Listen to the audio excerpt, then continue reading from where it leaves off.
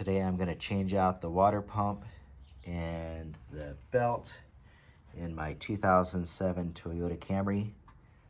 To start with, I went ahead and got a water pump, got some gasket maker, and I got a new belt. And of course, before we begin, I wanted to have a couple gallons of this on hand. This is not originally what the car came with, but I decided to switch my car over to this because it's a little bit cheaper and easier to get. Before I begin, I'm gonna drain the radiator. There's just a little deal here we can spin to open up the radiator, let it drain. And since I'm gonna be messing with the alternator, I'm gonna go ahead, use my 10 millimeter wrench here to remove the negative off of the battery so we don't short anything out while we're working on it. So there's our water pump down there, and when I go to take these bolts off, they're going to want to spin. The whole pulley's going to want to spin.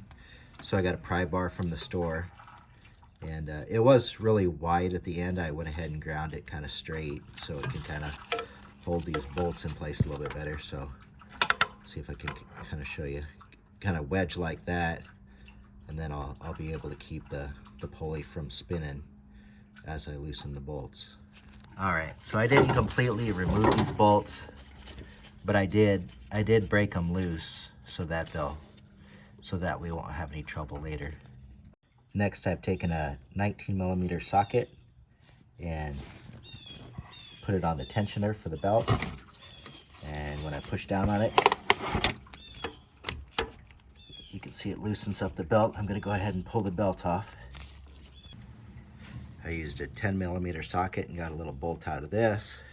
And then I removed this connector. I had to squeeze really hard here to pull it out. Now I've got a couple of bolts on the alternator that take a 14 millimeter socket. Okay, I was wrong. The one on the bottom actually takes a 12 millimeter socket. The nut on here on the alternator was really stuck on there, and I felt like I was gonna break the alternator trying to get that nut off. So I'm just gonna go ahead and just kind of push it out of the road here. I think it'll be fine right there while we're doing our water pump. Now we got some nuts, some bolts on the water pump that require 10 millimeter wrench or socket. And now I'm gonna go ahead and fully remove the pulley so I can get access to those other bolts for the water pump.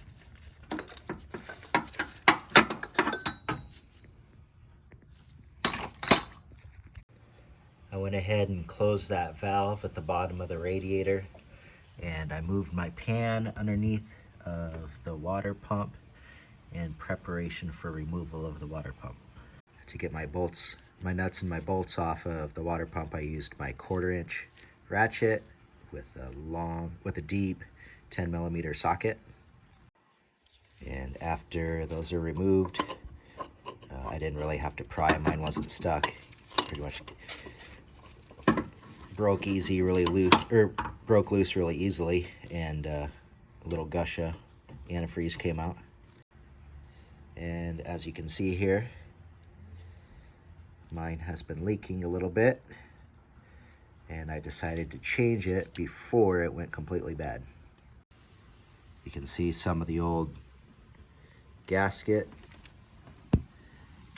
is left on the engine, so I'm gonna have to take a razor blade or something and scrape all that off real nice and clean. This is my fancy razor blade scraper from Ace Hardware that I'm gonna use. I think a putty knife might, or even a screwdriver might work too. So I've gotten that surface as clean and dry as I can, and I'm wiping the junk out of the inside there. And of course, before we get too much further, I'm going to compare the new one to the old one. Make sure everything is the same, because it wouldn't be the first time that somebody's given me the wrong part or a part that doesn't quite fit. But as far as I can tell so far, they look the same. Some people don't like to use the gasket. They like to just use the gasket maker to seal it up, but I like to use the gasket maker to kind of glue the gasket in place and offer some extra sealant. There, I've got a thin layer on. Just kind of drop it into place. And as you can see, I've put a thin layer on the other side of the gasket as well. And I guess we're ready to go ahead and stick this back in the car. There it is in place. I did have a little bit of trouble with antifreeze leaking out and kind of messing up my gasket sealer, so I had to dab up the antifreeze a couple times and quick put on the water pump before more got in. And now I got the nuts and the bolts in. I've also got this little bracket installed to hold this wire. I was very careful to go around in a circle and tighten them evenly as I went around, rather than just like tighten one bolt up at a time. And another thing to make note of is that these are small bolts and they would twist off pretty easily, so it was kind of tricky trying to get them as tight as possible without stripping them out. I'm sure there's a torque spec for it, and it would probably be a really good idea to have a torque wrench and actually tighten them to the exact torque that they specify in the manual. And I didn't get a video of it, but I went ahead and I put this serpentine belt in. Normally, I think you would have to jack up the car, take off the tire, and then take off these plastic pieces in here to get access to feed it through. But since I had the alternator out, I was able to feed it through just fine. And so that worked out pretty well, I think. And next, I'm ready to put this back on.